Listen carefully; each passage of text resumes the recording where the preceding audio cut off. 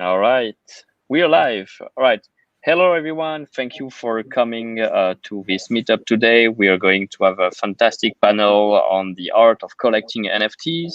This is a panel that is hosted by the Blockchain Game Alliance. For those of you who are not familiar with the BGA, I'm going to run a quick walkthrough of what we are doing. My name is Sébastien Borget. I'm the president of the Blockchain Game Alliance. And we are an organization, a non-profit organization committed to promoting blockchain within the game industry. We have grown with over 150 members. We'll get to see a little bit who are all our members. And our goal is to spread awareness about blockchain technologies and encourage its adoption by showcasing all the new ways it allows to create game, publish game, play games, engage with communities around games, thanks to non-fungible tokens, thanks to decentralized gaming, and other blockchain benefits. We're also strong advocate for diversity and more inclusivity of women in the industry. We've run several events with 100% women speaker, and we'll keep doing so. We always look to invite more women speaker on all our events to showcase diversity. And we are also an open forum for individuals and companies to share knowledge, collaborate, create common standard, etc. So the core activity of the alliance really relate around networking, research, and reporting, representing all blockchain games company, of course, and advocating for blockchain within the game industry. All our members, you can see on this large pictures. So we have obviously blockchain games companies. We also have just traditional games like Atari, etc. We have chains and protocol, press and media, developer solution, esports, and now we are expanding into like events and more like marketplace, art marketplace, NFT marketplace, etc. It's really exciting. And I wanted to give a big thank you to all our sponsors, Animoca Brands, Ubisoft, Galaxy Interactive, MakerDAO, Algorand, Chromium, Matic, AMD, and Mobox for their additional strong support to the BGA. We had a one-to-one interview with some of the key industry leaders and video game industry executive like Frederick Cheney, the CEO of Atari, Yatsu, the CEO of Animoca Brands, or Sam Engelbart, the founder of Galaxy Interactive. We have run workshop on different thematics, DeFi and gaming, decentralized gaming, DAOs and gaming. This month, we are really focused on the art and NFT and the art of collecting NFT. So this give like a broader picture of all the possibilities just beyond games, because we think games can not just, it's really a broader media that can touch to many different thematics. Every month, we run dedicated event to present all the new members who are joining the BGA. Tomorrow, we'll have the one to say hello to all the new members who join us in August. And we also offer free speaking opportunities as well as free tickets to many online conferences, offering more visibility to all our members. All right, so without any further ado, this month, as I mentioned, we are refocused on collecting NFTs as a series. This is today the third event on this topic. We have great speakers that I will let Serena, our host for today, introduce. Just my final word, you can join the BGA by following us on Twitter, on Medium, or on Telegram. We're really welcoming anyone, so please do join. Thank you, and back at you, Serena. Thank you so much, Sebastian, for this wonderful presentation, and we'll see you very soon. Yes. Bye, everyone, and have a great discussion. Thank you. Thank you. Okay, so welcome to our guest speakers today. We have Judy Mam from Data. Hi, Judy. Kate Vass from Kate Vass Gallery, and Spalter, artist and collector, and Matthew from Scent. Welcome to this panel conversation around collecting NFT art and the art of collecting NFTs. Thank you to everyone watching. Also to say, if you do have questions as we go through this live, feel free to send them live and we will address them as we discuss. So I want everyone to give us a quick introduction about themselves. We'll start from Kate. If you'd like to say a few words about you, who you are, and your work within the space. Hello, my name is Kate. Thank you very much, first of all, for inviting me to participate in this panel. I'm really honored and really pleased to be among all these speakers. Thank you, Serena. I think, in order to be relevant, to our discussion, I will, because I run several projects, I will concentrate on the Kate Vass Gallery, headquartered in Zurich, and concentrated on generative arts, new media arts, digital, crypto, and it's a physical gallery which is kind of line and intersection between the art and technology, and trying to be like a gateway between the traditional physical and digital art. KVG has hosted many PNE exhibitions as well, related to blockchain, for example, back in 2018, was very successful ones. We had 13 artists participating at this exhibition. Among those was Kevin Abosch with IYY, with his beautiful crypto work, with their code. We had CryptoPunks physical works, which was for the first time have been printed, 24 of them together with the envelope, which was sealed in order to access the key to the private key to the digital token. We had also a beautiful installation by Distributed Gallery. It's called Chaos Machine, which was also shown for the first time, actually, I think, in a gallery, and I've never seen it been shown afterwards. I think it was sold at auction afterwards in Paris. So it was kind of historical thing, how it started, that how we also experienced a lot of interest towards this kind of contemporary art. Still, I call it contemporary art, even though it's a little bit more stretched, into the focus of generative art. And then we had a nice, beautiful exhibition last year, concentrating on artificial intelligence, which was quite big for the gallery. We were showing 29 artists, linking also the history of generative art together with living contemporary artists, curated by Jason Bailey and Georg Bach. And so afterwards, we've been showing a lot of solo exhibitions of, for example, Norwegian artist Espen Klug. Then we had Ostinachi, foremost African crypto artist, and his beautiful works that he's creating with Microsoft Word. So it's a lot of diversity, but we try to keep it. We align at the edge, and we're always trying to keep the physical exhibitions going. And among those, we also sell NFTs, tokenized on several blockchain platforms like SuperRare or wherever the artist minted. There are many of them, like non-origins or Rarible, as you probably know. And so it's kind of trying different options, trying also being active with new type of collectors, new generations who probably look at how to collect art and what is art in a bit in different way from the traditional collectors. And being in this, obviously, I'm also collecting myself, and Kate Vass Gallery has its own digital permanent collection, which not everything can be seen on Super Rare account. I can share with you the link afterwards. But I think on OpenSea, if you go to our page, there you can see majority of the JPEGs, and of course, the ones which physical works, they're still not visible. But I think we are now going to work on the website where to add this kind of page, where we can exhibit probably more works that we acquire now and then. Thank you. Thank you so much, Kate. I can talk for another 20 minutes.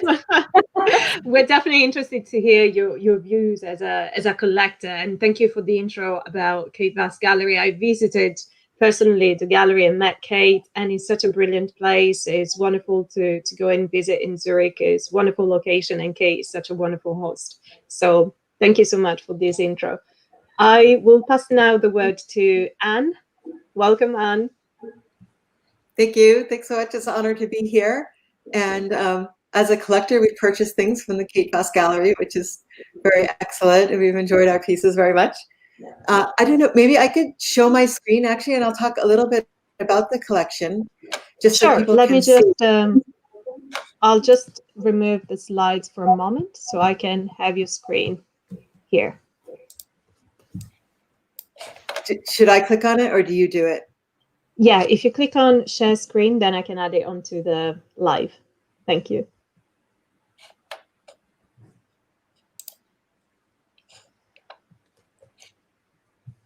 And also to say welcome everyone watching. There's so many of you. So nice to see all of you here.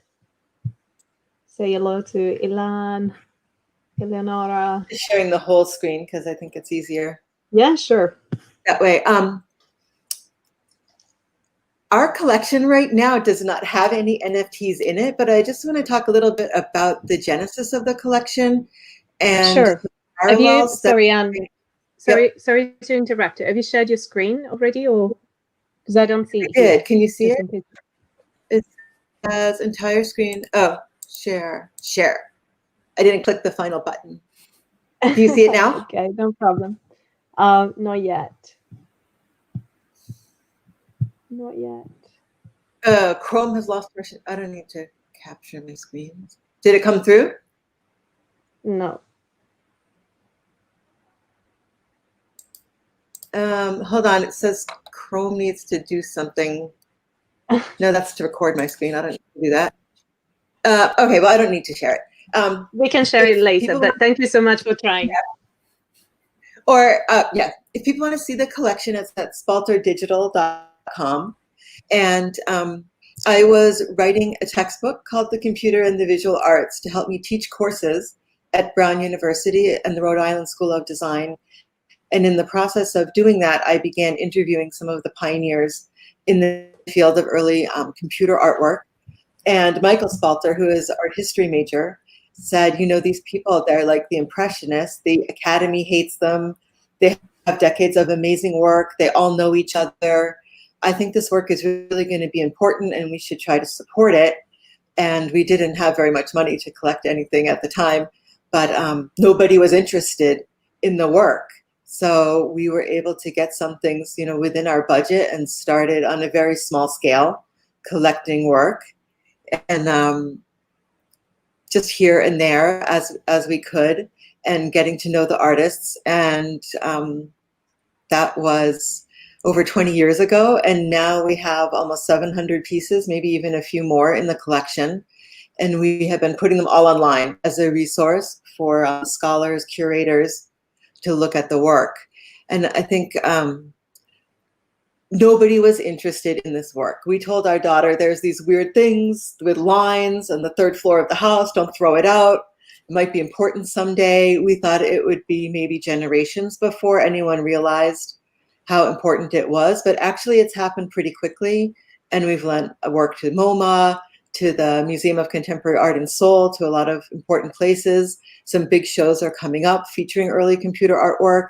And I think it's finally getting integrated into the canon. But it was really on the outside for so many years. And I think it's a parallel to how NFTs are now, which is my long-winded introduction. But you don't find them in a regular gallery. If you walk into Chelsea, you could get one from Kate Vass, but not from your average gallery in New York. In fact, they probably don't know what it stands for. And it may seem like it's never going to become part of the regular art world, but I think it will be. I think there are so many things going for digital art that lives in the digital world. And that just like the pieces that we started collecting so long ago, that they will really become part of the art world. So I'm very excited to see it. I just had some works approved to be put on Super Rare. So I'm also participating in it from the art side as well. Fantastic. Thank you so much, Anne, for sharing your story and how the collection formed. I've also shared the link here. It's not clickable, but that's where you can find the collection and also post it in the comments feed. So if anybody is interested to go and visit, please follow this link. Thank you so much, Anne. And yes, we'll love to carry on the conversation with you as an artist and collector in the space. We'll pass now the word to Judy. Judy from Data, one of the co-founder. Pleasure to have you, Judy. Thank How are you. you? So it's great to be back at BGA, and thank you for having me again. I'm good. I will apologize if you hear this horrifying construction noise. It's happening right outside our window, so I hope that they take their lunch break now. But I'm good. I'm happy to be here. I am the founder of Dada, as Serena mentioned. Dada has been around since 2014 in its current iteration. And it's a place where people speak to each other through drawings. And, many of you may already have heard of it. And we are a very unique space because people make the art in our platform. They create collaborative art spontaneously, people from all over the world. And we've created this wonderful community. And now we are introducing a new economic system into our community, which we call the invisible economy.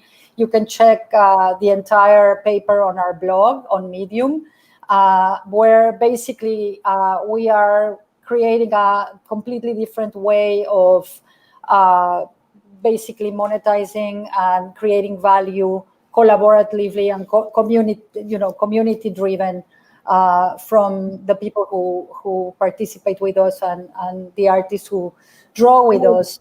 Yesterday, I actually published an article called "I Used to Be an Art Snob" that I recommend people read because I come from a kind of an art background in terms of my dad was an advisor to collectors of Mexican art. And through my journey through the world of art and until now, both Dada and blockchain art, crypto art have really changed the way I think of art and I think of collecting art, and we'll talk about it later in the conversation. But thank you.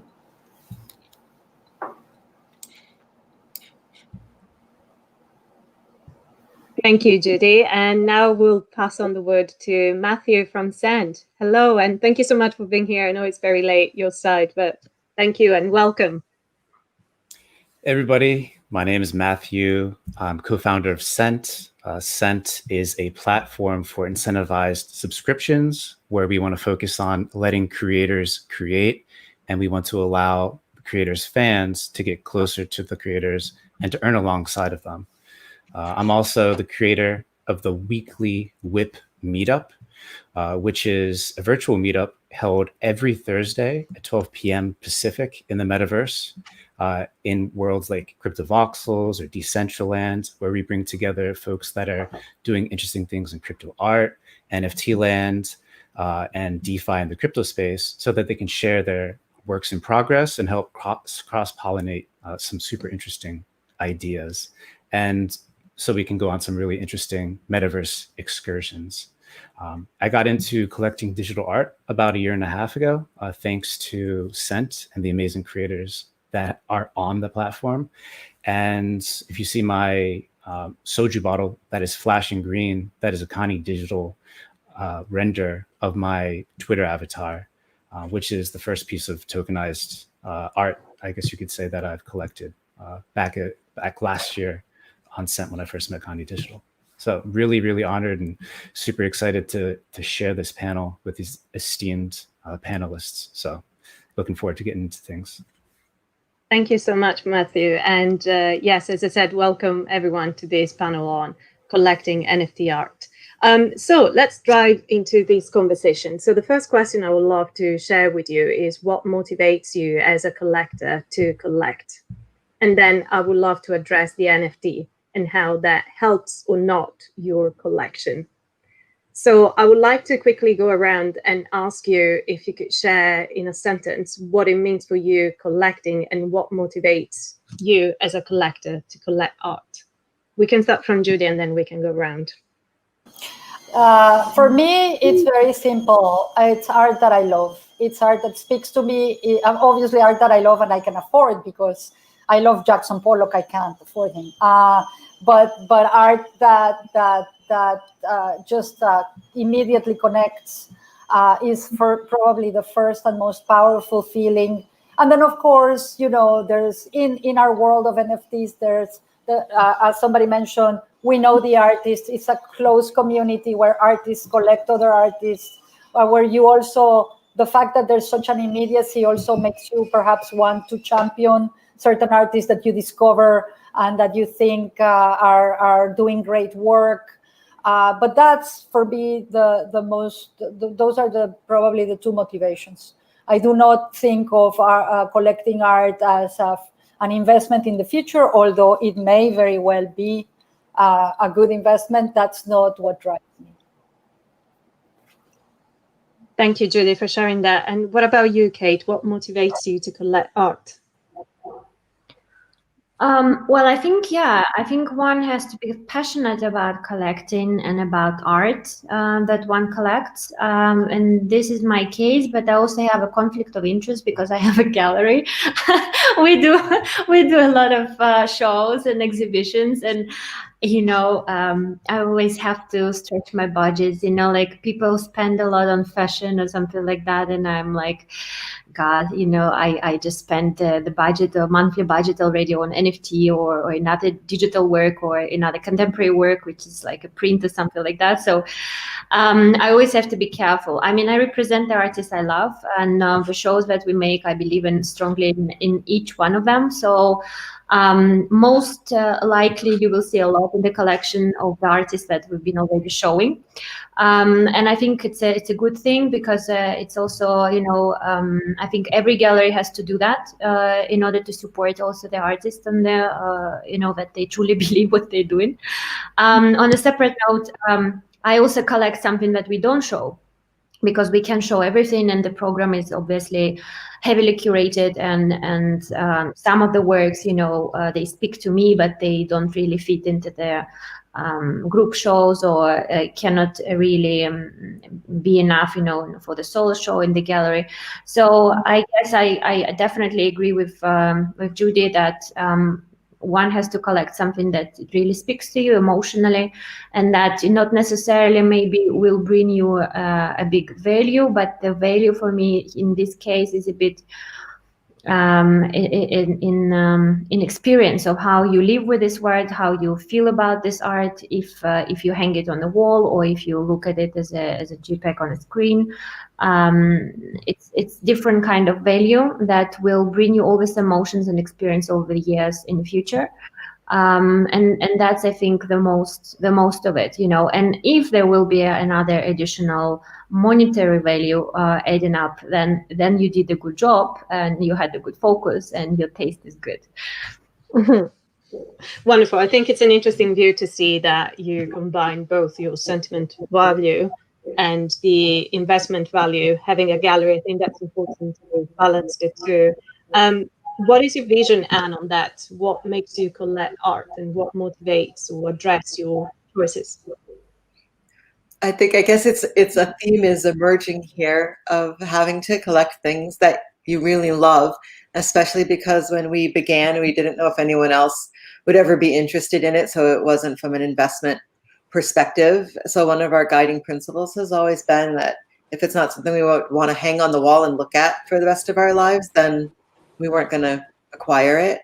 And it's been good. There's maybe also because I'm an artist, there's nothing sadder than collecting something and putting it up and not really enjoying it and having it kind of circulate in the house and end up in the basement. It's kind of heartbreaking and sad. So we only purchase things that we really love. And we collect in this very kind of, narrow niche area of mostly early computer artwork. So trying to be focused in the collection, collect things that we love, and support the artists and support the community of people making this work. Thank you. Yes, I think, as you said just now, collections sometimes, have a focus. And if that is something that you like and you want to collect, then it makes sense to be specific about what you collect and how you build that collection. And Matthew, what is your view on that? So I guess when I started to collect art, and by art I mean digital art because I didn't collect art before that, like what originally brought me into being a collector was just an experience that I had with a particular piece. The first work of art, as I would call it, that I collected was a piece by Miss Al Simpson, who's a collagist who's pretty prolific over on Super Rare. And it was her Old Money Corrupts series. And it was scrolling through the work that was on Super Rare last year, and I came across it and I just had this experience with it. And I think that was the jump off point. And then after that, as I got to know many more creators in the space, I began to realize that each and every work is a story in and of itself.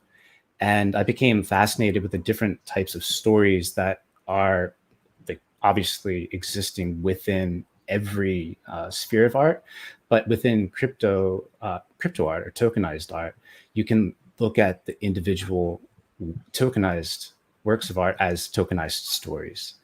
And I began to become and fall in love with the idea of collecting particular types of stories from the author, from the creators, about a particular moment, about an emotion, or just kind of just being in the creative spirit.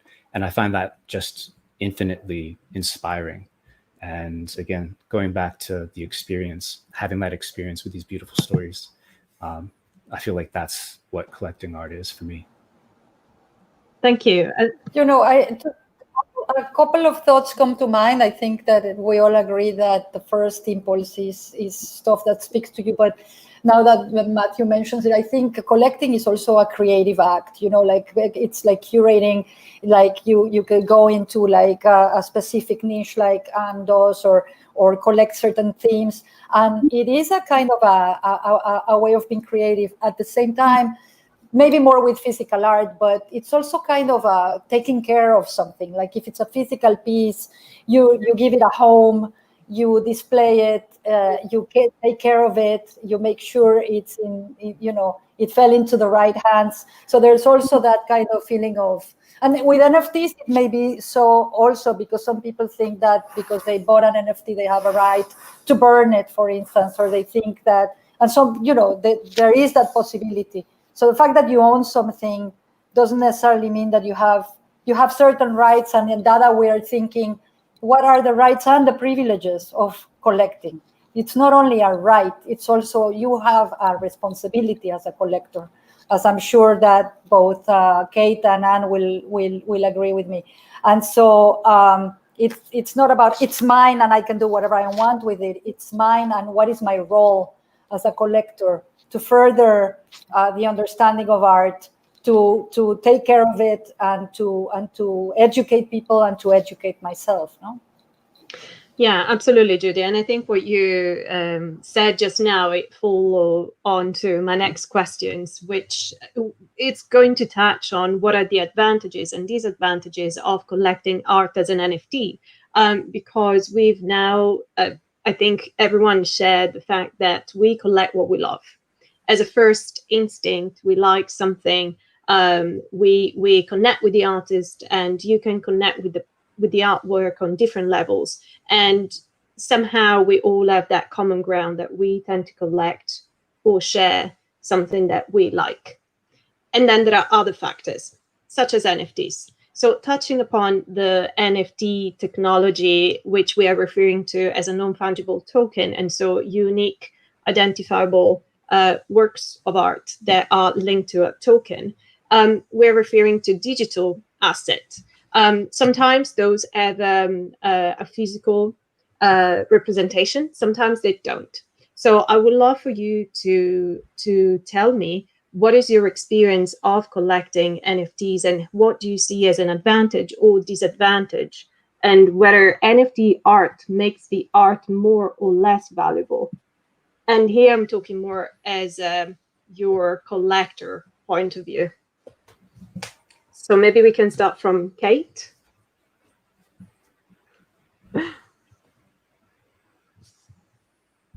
I'll let me unmute myself. I have to be very careful what I say here because it's a very tricky question. Yeah, I think, it's already been mentioned that you collect what you love, right? But then you also collect the experience, which Matthew mentioned, and I think this is quite right about the NFTs, because it's mostly, maybe it's animated NFT. I mean, there are also different mediums of NFTs. It can be crypto art, it can be tokenized JPEG, it can be 3D model, it can be some video. Now all these platforms, they becoming more advanced and they offer all spectrum of mediums as well. So you kind of collect little stories. That's true. If it's pictures, it's also some sort of theme that you can focus on. What is also important, I think, for the collector, or at least for me, is also the human factor when you connect with the artist. If I cannot really find a sort of dialogue. I mean, we don't have to love each other, we don't have to, agree on everything, but there's sort of kind of values that you share together with with the person, and it becomes your kind of remote friend, potentially, even if you don't talk to each other, and maybe you just kind of met once because you collected the work, but you know that this is this kind of person, like you see the activity of the artist, how he behaves in the space, or how he talks about his art and his passion, and this kind of values, this is also important. Well, I collect personally, regardless of the gallery. So this relationship with the artists are also very important. And what was the question? I already forgot. Hey, Kate. Yeah, sorry. My question was how NFT art, and in general, what art on-chain and off-chain has to offer, and what is your view from your point of view as a collector? What are the benefits, advantages, and disadvantages of collecting NFT art? And I'm quite critical here in a way, because to me, art is art. Personal view on that. And I believe that NFTs, it goes in support of some aspects, but there's still a large spectrum of things that are not yet covered because technology has not reached that stage yet. It's a continuum work in progress. So I'm interested to hear from your collector's point of view, what NFTs has brought to your collection that has benefited you, or maybe not. So it's kind of like talking about the technology and the art, and whether NFT has brought any value, if at all, to the art of collecting.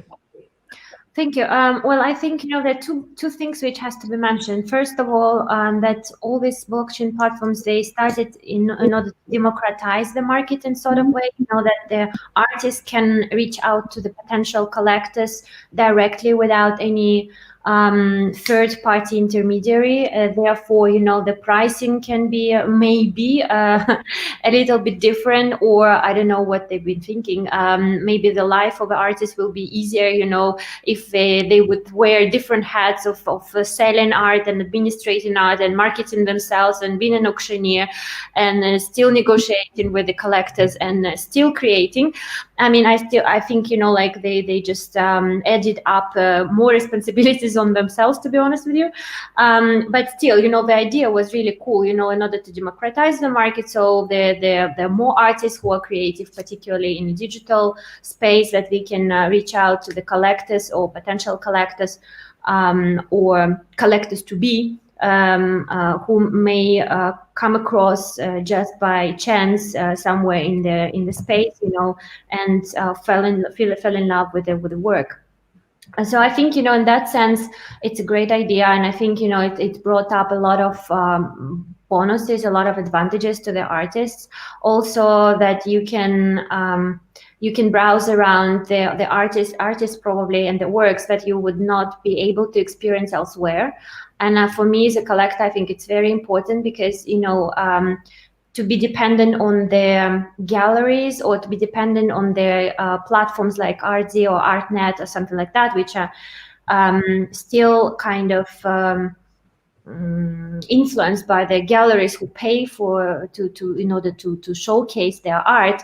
It's kind of monopolized by the ones who can afford, who can pay, and who can show this type of artist, this type of art.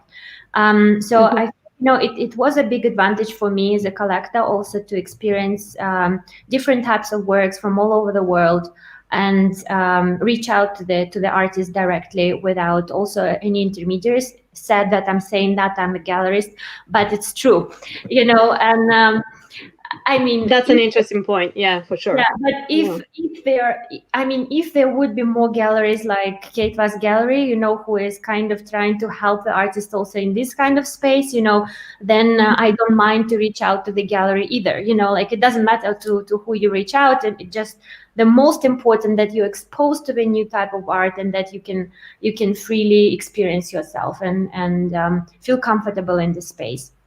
And second point is that I wanted to mention, not everything is so lovely as it looks like.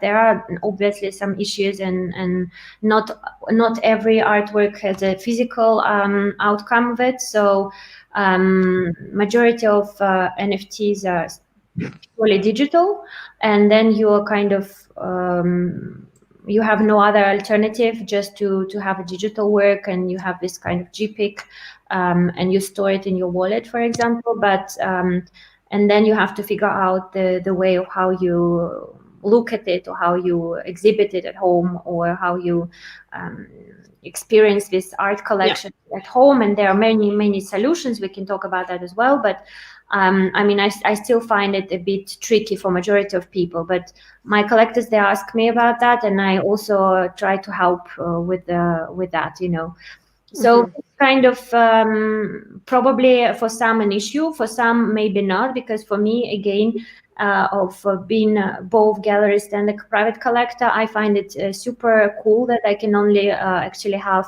digital art collection where I don't have to deal with the storage, with Freeport, with framing, with additional tax and customs and all these things, and I can still experience my collections on the screen. And there's so many beautiful digital canvases that you can kind of create the loop and rotate all the collection around yourself. There are definitely many advantages in terms of owning a digital gallery that lives online, and so NFTs are easy to transport. There's no insurance on the travel cost and all of that, so that might definitely be a useful thing. No insurance might be also a disadvantage, because they're getting more. Absolutely, and I was going to address now the follow-up question to Judy and Anne, because Anne, as an artist as well, I'd love to hear your view on how NFTs have helped you as an artist or not to support your collection, but also your work as an artist. And where do you stand in terms of when you create a work of art that is purely digital? Would you opt for NFT, or would you just leave it as it is? And, it is digital art, and most of the world's, mass adoption on NFTs hasn't happened yet, I would claim. But how would you approach it as an artist and as a collector? Well, I'm about to premiere my first NFT work probably tomorrow on Super Rare. So I don't have a long track record of making NFTs to discuss, but I'm very intrigued by the whole economy of NFTs and how it might influence the art world. And I think the moment has come for them. And it's one of the few upsides of the pandemic, is that people are, like all of us right now, existing online, looking at art online. And it's helped legitimize this whole world in a way that it wasn't, 6 months ago. So I think it's very positive for the collecting space. And I love the way it just makes the art world more transparent. I mean, as you all know, the fine art world is one of the most bizarre economies still existing. It's kind of like the Renaissance and court politics. It's completely untransparent. People complain about bankers and investment banking, but it's kind of as if there were no regular stock market and everything was private equity and everything was insider trading and there was no oversight. Like, that's the art market. So I'm very in favor of things that modernize it and bring it into the century that we're actually in. And I think that will help everyone, because very few people are making a living as artists, and it's difficult to be a gallerist as well. I know some people are making a ton of money in the art world, but most of the people I know are not. So I think there's a lot of room for improvement in how the art world functions that will be good for everyone. So I'm very intrigued by this. And I have to give credit to Jason Bailey, who's in the chat audience here, for helping educate Hi, Jason. me. Yes. And one of the downsides, and to tell a little bit of an embarrassing story. So I thought, all right, as a collector interested in this space, I'm going to purchase one of these. And I bought one, and then I completely lost track of it. I didn't remember what platform I purchased it on, or what my password was, or what the thing looked like. I was looking through my email. I was looking at my list of passwords where I write everything down. It was gone. So that's not something that happens when you buy a plotter drawing and hang it on the wall. So it was definitely a downside. And I actually looked through my emails to Jason where I had told him that I purchased a work, and that's how I found it again. But there are maybe some ways of bookkeeping that need to be easier for collectors. Yeah, and I think that is probably highlighting one of the still disadvantages of NFTs, because as good as it could be, it still has some difficult ways of finding it, first of all, because it's not hanged on your wall, perhaps, unless you have a TV screen or a digital canvas or any other devices to display it. And also something I wanted to address to Judy and Matthew is that what if, for example, the platform where the NFT has been minted or showed gallery happens to vanish? How do we see those NFTs, right? And also the other problem that I see is that somehow in wallets, you could have different kind of asset. ERC-721, for example, one of the most popular, but some of those standards are not yet accessible on all wallets. So it's difficult to see them, yet you can create art that way as well. So I would ask now, Judy and Matthew, what do you think it could be an advantage or a disadvantage of creating NFT art, and what value do you see in that, given that it could be difficult to A, display, B, keep track, as Anne suggested? Yeah, I mean, the advantages for me are very, anyone who has experienced buying an NFT from a platform, whether it's Dada or Super Rare, or can understand immediately the thrill of it's immediate. You see it, you love it, you get your little wallet, you put your money in, the artist gets it immediately, it's transparent, everybody knows the transaction was made, and you have it.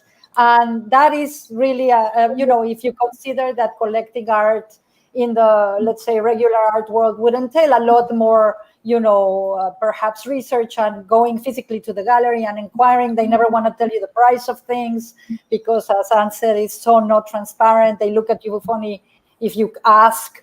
This is immediate, and there's kind of a really nice connection directly between like the artist and the collector. So I love that. It's fast, it's direct. You have it on your computer, and that's wonderful. For me, the drawbacks, apart from what Anne was mentioning, and we remember like when we were at the Christie's Art and Tech Summit in London about 3 years ago. Jason Bailey was telling a story that he sent a CryptoKitty to someone, but he sent it to the wrong wallet, and that CryptoKitty disappeared. No one knew where it was. And we were laughing at the panel, but the audience, which was Christie's people, like appraisers and art professionals, they were looking at us as like, these people are insane. How can a work of art disappear into thin air and nobody knows where it is? So that is a weird thing. On the other hand, you have collectors that buy a $450 million painting that no one knows where it is either, and no one can see it because they put it somewhere in some sort of storage. So it kind of evens out. Or it turns out to be fake. or it turns out to be fake. But for me, the biggest drawback, really, if the platforms disappear, you are supposed to, because everything is on the blockchain, data could disappear and people could still have access to their drawings because we don't centralize the storage. But to me, the biggest drawback is the actual display and the ease of putting everything together that I have and playing around with it. I have my data collection on data and it looks really nice, but I also have some stuff that from Super Rare or from other platforms. How could I bring it together? Is there any way that I could have my collection easily movable, like that I could talk about it, that I could put someone, that's for me the, display, you, as Kate said, is, you could get like a nice, beautiful digital thing, and there are platforms that display art very beautifully. But it's more about how you kind of manage it and play around with it. Having art on a wallet, just like if we think of what that means, if we think like literally having art on a wallet, there's something kind of weird about that, right? It should have a much nicer space to be than inside my wallet. So I'm hoping that there'll be some sort of platform where we're going to be able to display our collections, where people are going to be able to see it, and that no matter what kind of NFT we bought, we can enjoy it and share it. I think there are already platforms like that, where the Super Rare and also other guys, they've been exhibiting their collections in this virtual space, and I think it's quite an interesting experience because also you can find yourself again a completely different experience once you go to VR world and you look around. There's always NFTs are around you, and you also have as a curator, I think, much more flexibility, and you can use your vivid imagination to unlimited. I will say something very controversial here. I've seen. I think that the exhibitions that artists put on, in virtual spaces are lovely, and I think it's great. But I myself, I do not like the aesthetic experience of those places. It's kind of like this. It's kind of in 3D, but I'm an old and it's hard for me to navigate. And I really it's true what you're saying, and some of them are really great, but I still would like something that is just maybe as flat as a wall in a way, But in any case, I'm sure that we'll get there. Yeah, absolutely. I wanted to mention that on OpenSea platforms you can see your multiple platforms collections. Yeah, that's true. So Jason suggested it, and Matthew, I now want to pass on the word to you because I know you've been quite quiet, and sorry, you're surrounded by all of us, and so I'm soaking up all the wisdom. And I really like the first point that Judy had made about the velocity of the crypto art market. It's really something that is mind-blowing and quite unique to crypto art. The fact that art can be bought and sold 24/7 is something that it's bonkers, especially when you experience it for the first time as a buyer, being able to scoop that work that you've been coveting and you've been eyeing and maybe you've gotten into a bid war over.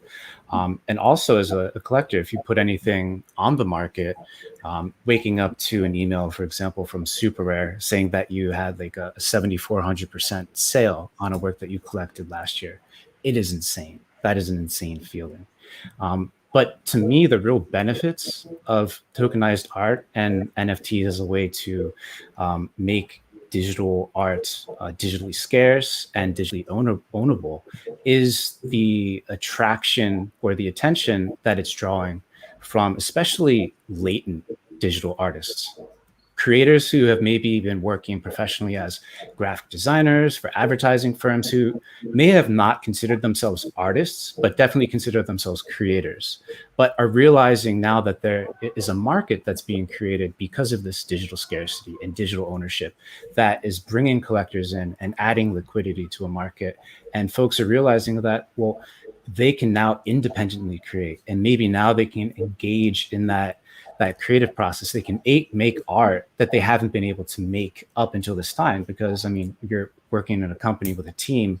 Even if you come up with a great idea, at the end of the day, that idea is not yours. It's the team's, it's the company's. But NFTs and the tokenization process put the power back into the creator's hands. And that's just attracting a mass, a growing number of folks who are sharing amazing art. And as a collector, having access, because of the digital nature of it, to that growing number of like masterpieces is phenomenal. But then because of the digital nature of it, I'm able to connect very quickly with the artists themselves. I know Kate has a number of Oshinachi pieces in her collection. I feel like he's a great example. I mean, someone that's using Microsoft Word to create just absolute works of art that I was fortunate enough as well to collect previously, but then to be able to reach out to him and get to know his story deeper, record a podcast, help like propel and propagate that story outward. I feel like that access is incredible.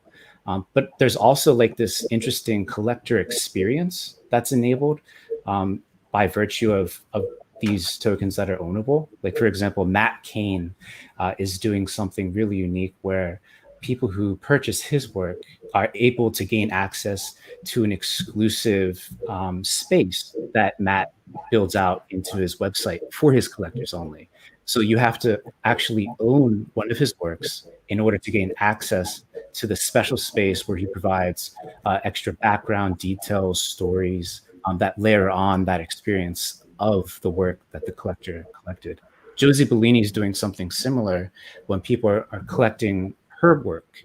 She's providing and designing digital wearables for folks to put on themselves as they walk through CryptoVoxels or Decentraland, to kind of show that affinity, that connection that they have as digital artists. Because even if you can carry your digital work everywhere, you can't display it. But as more people are moving into these digital worlds, I mean, there's extra vectors that artists can create for their fans to kind of have them show that they're part of that exclusive collector circle.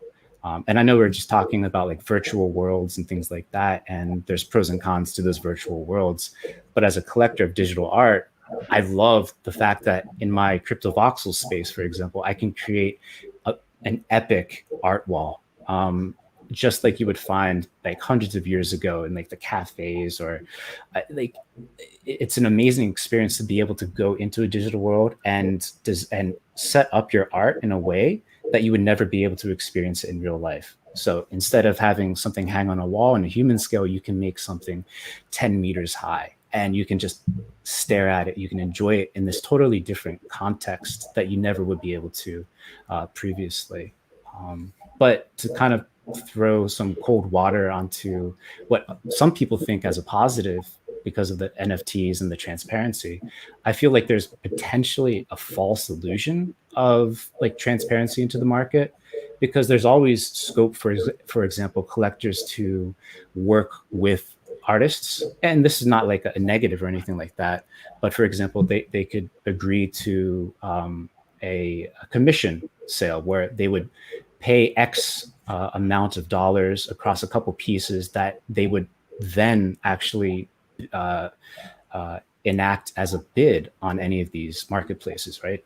That makes it look like a regular bid when in fact it's something prearranged, and it's set at like such a price to like obviously increase the average sale of an artist, which is good, right? But there's like potentially like lack of transparency in those deals that go behind it. Mm-hmm. So it's just something to kind of bear in mind, that people are still able to do things in an opaque way. But we just don't want to be like too kind of gung-ho on everything is transparent, everything is out in the open in crypto because of the tokenized aspect. Yeah, also there's a lot of problematics which actually can come together with this, and also that majority of them, of collectors, they do not really expose their real names. that might be a problem. Eventually, also, anti-money laundering issues, which are everywhere, all over the place. I guess we are also in this space. We are not very safe in this sort of way, because we do not really know who is behind this name. Also on Twitter or on. Thank you for raising this point, because that's something I actually wanted to share as an advantage or disadvantage of NFT, because as much as it can bring transparency and support the provenance of the work of art, there's still a lot of unknown that goes behind names or Twitter accounts, for example. Sorry? What we believe in data is that these kind of behaviors come not because of NFTs, but because we are applying the same kind of market-driven behaviors that the art market has in the actual art market. We're kind of replicating the exact same thing. I completely agree with Kate that people not using the real name is a huge problem for me, and that may not happen, but in the real art world, maybe there's also people who have fronts who buy art for them as well. So it's not in the nature of the NFT, this lack of transparency is in the way people use certain things and do certain things, that we feel that blockchain has such a potential to really create a completely new system or a completely alternative system where artists can be remunerated. But if we apply the same mechanics of star systems and leaderboards and people who make high sales, then we run the risk of this kind of price collusions and the stuff that Matthew was mentioning. So it all depends on the incentives that you give people that receive, or how they feel about collecting, and how we all present the art and what is the purpose of collecting that art. No? Yeah, I think Absolutely.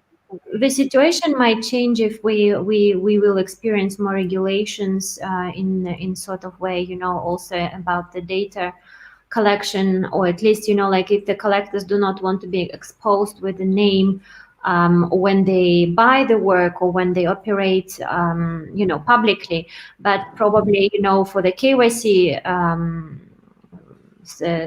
sake, this probably when they register themselves on the platform in order to be a collector, as well as the artist, that this data has to be kind of monitored anyway, because at the end of the day, this is a money transactions. And if we see for the last year and a half, there was a big jump in pricing, and it's not a $50 market anymore. It's actually thousands and thousands. And also the gas prices become quite a huge problem. Oh, we can talk about the gas prices, but it's we can do a whole other panel on whether we need that at all. Yeah. As we are sort of concluding this panel, and I know there would be definitely room for another hour of conversation to discuss, maybe we can have a follow-up to this if people are willing to carry on this conversation. There's a couple of questions from the audience I'd love for us to address to conclude. There's one coming from Sparrow asking, question to everyone. What one thing you think this space could do to encourage more collectors? And I think this is interesting, since we've discussed benefits or not of NFTs. What do you think we could all do to attract more collectors? Also, because I think most collectors within the space are also artists. So how do we widen that up? What are your thoughts? Matthew, do you want to take this one?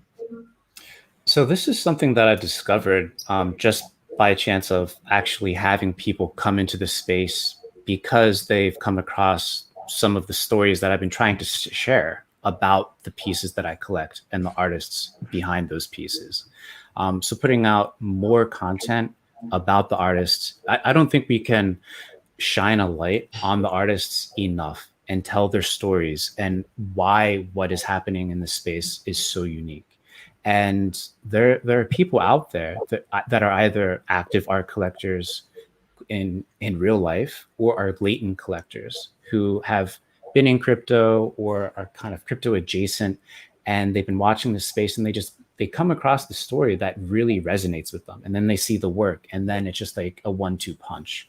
And at that point, they're kind of bought in. And if they have any connection to this space, I mean, it's so easy to make a transaction. And we were talking about earlier with the velocity. As soon as you make that first purchase, it's like, it's only a matter of time until the second purchase. It's a funny little slippery slope. But for me, in my perspective, sharing those stories, shining the light on the creators and the amazing work that they're creating is the number one thing you can do at this time.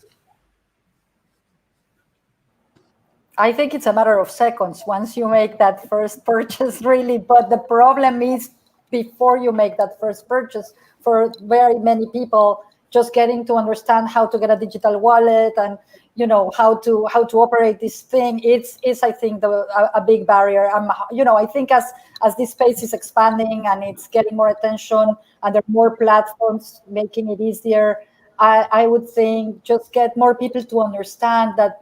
Imagine how many people in this world have never had the experience of collecting art, and now they can do it. They can do it from their house. You don't have to be an expert. You don't have to be a sophisticated. You can be anyone and discover amazing art. And for me, the only barrier that exists is just the difficulty in getting past the gas and the MetaMask and all of that. But once you do that, then it's just for a lot of people to discover artists on their own. We at Dada were also trying to encourage to blur the distinction between artists and collectors in a way. And this world actually helps us, the NFT world, because so many, as you mentioned, Serena, so many artists are collectors, but also make the collecting as creative and as fun and as engaging. Maybe I hate that word, but as creative and inspiring as to collect as it is for artists to create. Thank you, Judy, for sharing your views on that. And Anne, what do you think we should all do to let more collectors in? I guess I just second or third that, making it easier. Speaking from experience, creating just digital video artwork, not even art that requires a computer to run, but literally just a file. It is very challenging for collectors. It's hard to get people to buy digital video artwork, and once it's in their apartments or houses, having it run reliably, having people use the remote control well, having them lose the remote control, having them reattach to a wireless network. It's constant support, and that's sort of the bare minimum of digital art support. So I think especially for older collectors, dealing with MetaMask, you've already lost 90% of the people. Yeah. Having more of a one-click thing where you can set people up and get them collecting would make a huge difference. Absolutely. Well, for us at the gallery, I had to think about the creative ways of how to kind of educate people to bring more interest into collecting NFTs potentially, or digital files, at least, as a first step, and then NFTs, step by step. Apart from that, we are publish an editorial on a quarterly basis, digitally and physical booklets. I mean, now we went completely digital because of Corona. We try to educate on every step, how it works and how to make things easier. Also, by working with traditional collectors, I always try to give them guidance in order to how to set up the wallet and how does it work and show around. And it's not 1 hour, it's actually hard work. You spend weeks and weeks actually talking to people and trying to explain them how things they actually build up the trust, because the trust is most important what can when it comes to the relationship of any kind. And then we did, like last year, I remember in August, exactly 1 year ago, we had an opening of the show of Norwegian artist Espen Klug with his solo exhibition, and we challenged the collectors because we had a series of 100 portraits and only 15 were in physical form. and the rest were digital files, which you can purchase digitally on our storefront at Kate Vass Gallery. And there are only 5 of them were tokenized on OpenSea platform back at the time, because OpenSea was the only one which was offering for the artists to mint themselves. Interestingly, because Switzerland is actually a very advanced country when it comes to tokenized assets, almost everyone has a knowledge of blockchain or has a wallet. Even in this kind of developed market, it was still challenging because many people bought digital files, not NFTs, because they were a bit confused and they just didn't want to deal with the whole process of opening an account, open up the wallet and things like that.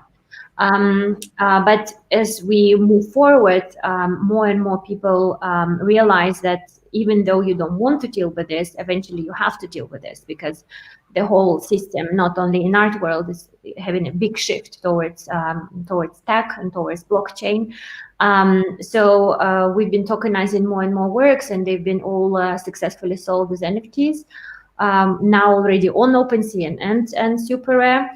And still, why is it good? Actually, I wanted to say positive thing, because these digital files, once you try to sell it, even on your front store, even though you kind of have this provenance as a gallery that you are selling it on behalf of the artist, is still there is no safe way to transfer this file from one end to another end. And maximum what we could do is kind of encryption of this file, which is still not safe and can be somehow hacked. So, I mean, you know, as an additional right, a confirmation of a provenance, NFTs are serving a good job. Thank you so much, Kate, for explaining that process. Yes. Yeah. That was very clear. And I think, yes, what we could all do is evangelizing and educating and sharing the knowledge and make sure that we are well aware about all the different aspects, good and bad, of NFTs and what that means in terms of collecting art. I want to take the opportunity to thank you all for joining this panel. It's been such a wonderful conversation. And as I said, I think there's room enough for us to carry on talking about different aspects that we haven't had a chance to touch on, such as copyright or sharing art collections, loans, and all of that. So I would love maybe to follow these up at another time and pick on these other topics. And also big thank you to everyone watching. We had a big crowd here with us live. So thank you all for the questions. Those will be available on social media. So I will ask everyone to get back to our audience and we will answer you all. Once again, thank you so much, Judy, Kate, Matthew, and Anne for being here today. And thanks to the audience, really great questions. Yeah. So let's follow up on that. We couldn't comment in the public comment. Thank you. The questions are great. Questions are fantastic, and there's so many of them. Yes, exactly. So we'll respond to everyone. And thank you to the BGA for hosting this panel, and to Sebastian and the whole team behind the BGA. Thank you all. Absolutely. We'll see you soon. Thank you. Take care, everyone. See you. Bye, everybody. Bye-bye. Thank you.